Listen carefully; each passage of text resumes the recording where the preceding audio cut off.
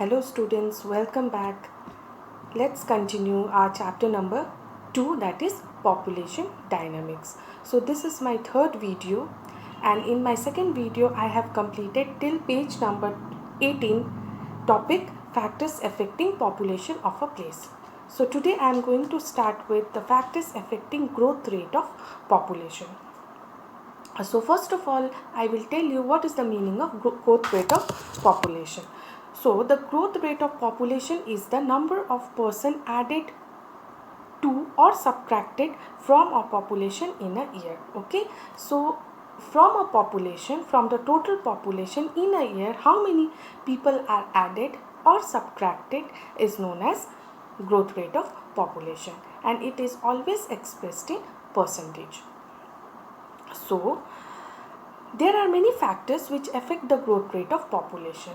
Okay, so out of those factors I am going to teach you the two important factors. One is your birth rate and death rate, and another one is your migration. So birth rate and death rate also plays a very vital role in changing the size of a population of a place. Okay, if the birth rate is more than the death rate, then there will be increasing population, and if the birth rate is less than death rate, then there will be decreasing population. So let me explain you what is the meaning of birth rate and death rate.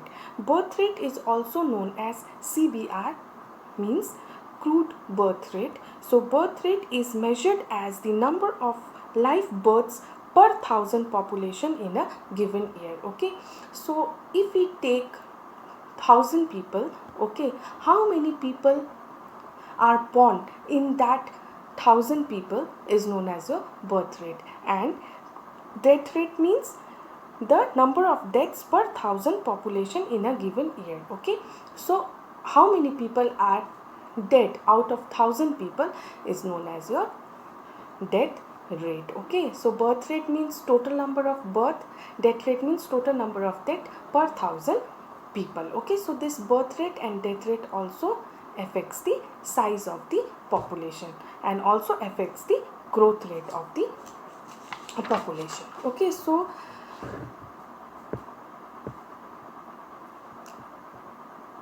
if there is the rapid increase in the birth rate, okay, so automatically the population of that country will also increase. Second factor is your migration. I hope you have heard the term migration. So migration is nothing, it is the movement of people from one place to another. Okay, means migration is the crossing of the boundary of a political or administrative unit for certain period of time. When a person leaves their country, okay, or when the person crosses the boundary of their state or a country, okay, and move to some new place for certain period of time, it is known as migration. Okay, now I am in Siliguri, I wanted to go to Delhi. Okay, so what I am doing, I am leaving Siliguri and I am going to Delhi. Okay, so I am crossing my boundaries of my state. Okay, so I am a migrant. The person who migrates are known as migrant. So migration are also of two types. Okay, the first one is your emigrants. Emigrants means out migration, when a person leaves his country and goes to a new country or a new place. Okay, that migration is known as immigrants. Okay, and another one is your immigrants. Immigrants means in, when a person from another country comes to a new country. Okay, that type of migration are known as immigrants. Okay, or that those people are known as immigrants. Okay, so this migration, okay, both your immigrants and immigrants also affect the population of a place. If there is continuous immigrants, okay, or emigration, so what will happen, the population of the source country means the from the country from where the people are going out, Okay, that is known as your source country. So the source country population will decrease. And the destination country means the country in which the person is going, that country's population will increase. Okay, so this migration also affects the growth rate of a country. And always remember that the migration takes place from less developed country to a developed country. The reasons are facilities, educational facilities, job opportunities, okay, health care, many things are there. Okay, so basically the people migrate from less developed country to a developed country, or from rural areas to the urban areas, so in search of employment, education, healthcare facilities and better standard of living.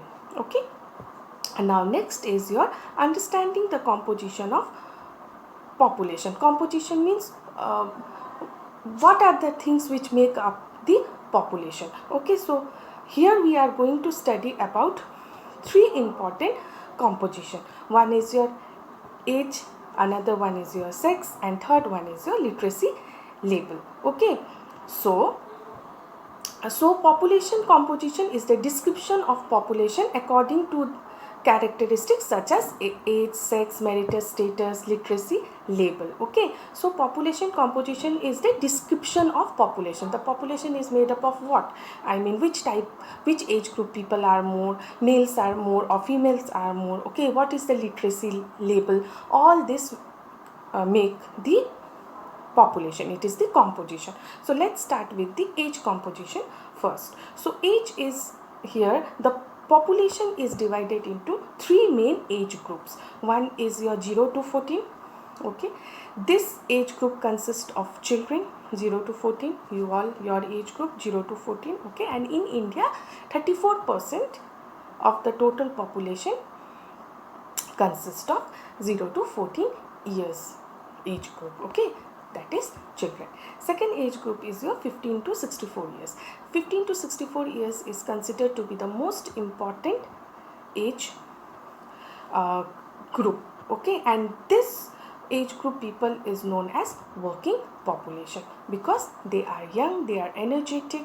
Okay, and in India 61% out of total population, 61% consist of the working population, that is 15 to 64 years. It can exit to 60 years as well. As you all know that after 60 years the people get retirement. Okay, so 15 to 64 years is known as working population.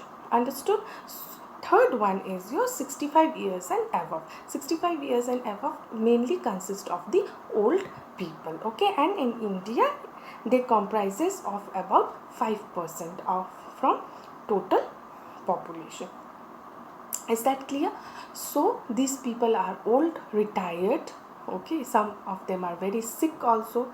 So here the most important thing which you have to remember is that the first group and the last group, that is your 0 to 14 years and 65 years and above, are known as dependent population. Dependent population means they are dependent or they depends on someone for their livelihood, and upon whom they depend on the second group, that is a 15 to 64 years. How? Now see, 0 to 14 years children, they are dependent on their parents for their livelihood, for their school fees, for everything, isn't it? Because they are not earning, they are learning.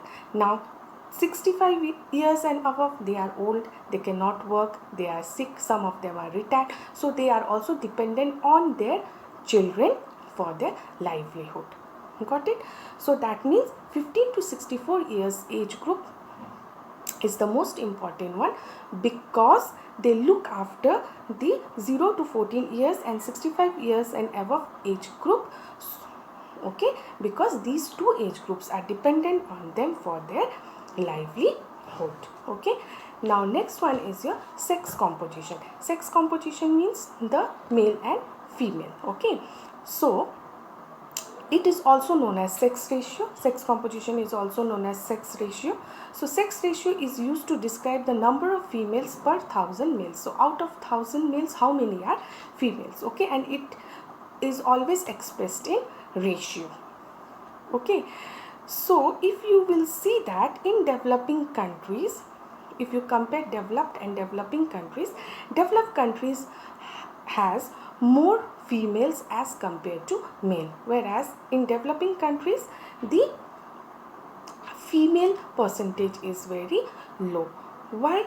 Because what happens, the level of education for women is not so sound. Okay, there are certain cultural practices, certain superstitions are there which they believe, like women are not supposed to study. Okay, they cannot take the education. Okay, they have to look after their home, they cannot work. Okay, the position of the woman in society is not so strong till now though many things has changed, but still in some places in developing country the position of women in society is not good as compared to developed nation. So sex is also another factor. Okay, sex ratio is also another factor which determine the composition of population. Next one, the most important one, is your literacy label. Now first you have to understand what is the meaning of literacy. Literacy means the ability to read and write with some understanding. Okay, if the person can read and write and has the understanding of what he is writing or reading, that person is known as literate person. Okay, so literacy label is very high in the developed country as compared to underdeveloped country. Okay, and literacy label also tell you the standard of the population of a country. If maximum number of people are literate, educated, definitely the socio-economic condition of that country will improve. Okay, so in India, if you see, Kerala is the state, okay, which has the highest literacy percentage, that is your 93, or you can 93.91, that is your 94% are literate. Okay, 94% population are literate in Kerala. So that's why governments are making many policies. Okay, many steps governments are taking to make their countrymen literate. Okay, so that's why they are opening up with the the government school for the poor people. They are giving the scholarships to the meritorious students. Okay, they are making different programs so that the people get literate. Okay, even night schools are also there for the working people, those who cannot attend the schools during daytime, they go for the night school. Okay, many online classes are also given so that the people can upgrade themselves, because literate people will boost the economy of a country. Then now next one which I am going to teach you is the population growth, okay, and economic development between the developed and underdeveloped country. How is the population growth and economic development in developed and underdeveloped country or the developing country? Okay, so if we see some developed nation of the world like Canada, Russia, Japan, USA, UK, Australia, New Zealand, Sweden, Switzerland, Singapore, and many more, we will find that the standard of living of the people is very high, okay, as compared to the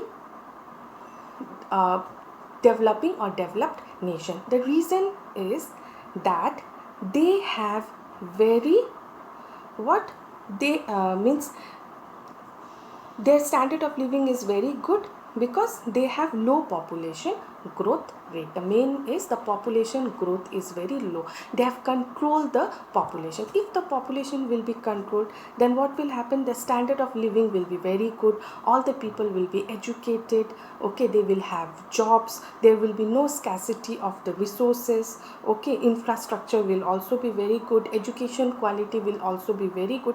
But the countries whose population is growing rapidly, okay, their standard of living will not be very good. Okay, there will be food scarcity, there will be unemployment, poor infrastructure, the education quality will also be not good.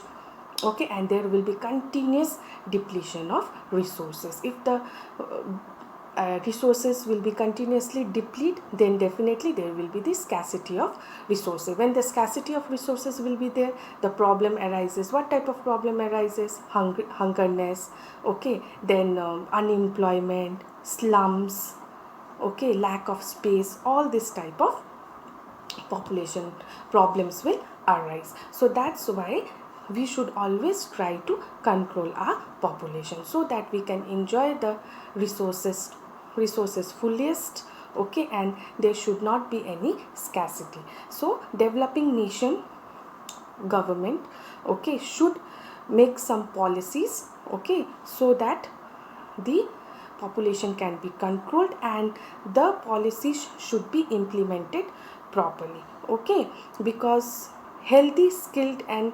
spirited and joyful young people with positive outlook are the bright future of any nation. Got it? So children, with this I have completed chapter number 2. Okay, in the second worksheet, okay, I am giving you the question answers, some give reasons, and I have given you one home assignment also, which is there in your book.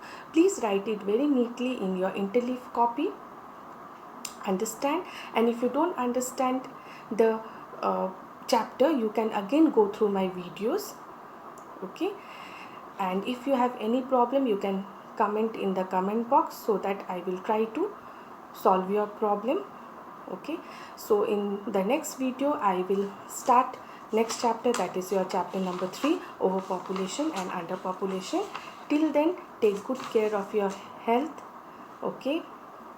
Be safe and write all the answers in your copy. Thank you children, and take care. Goodbye.